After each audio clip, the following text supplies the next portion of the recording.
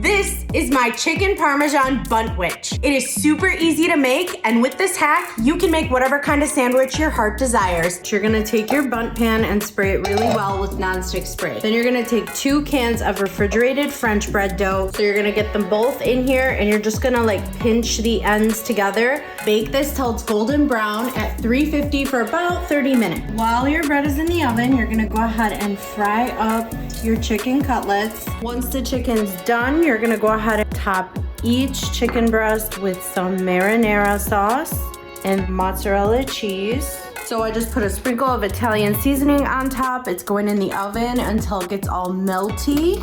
After 30 minutes, you're gonna remove your bread. We're gonna cut it in half lengthwise very carefully. Take some garlic butter and we're gonna brush it all on the top. And then we're gonna pop it back in the oven just to toast it up. We're gonna take a little bit more marinara sauce and put it all on the bottom of our toasted bundt.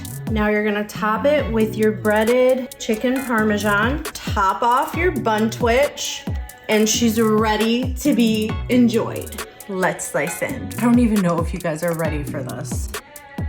Oh, look at that.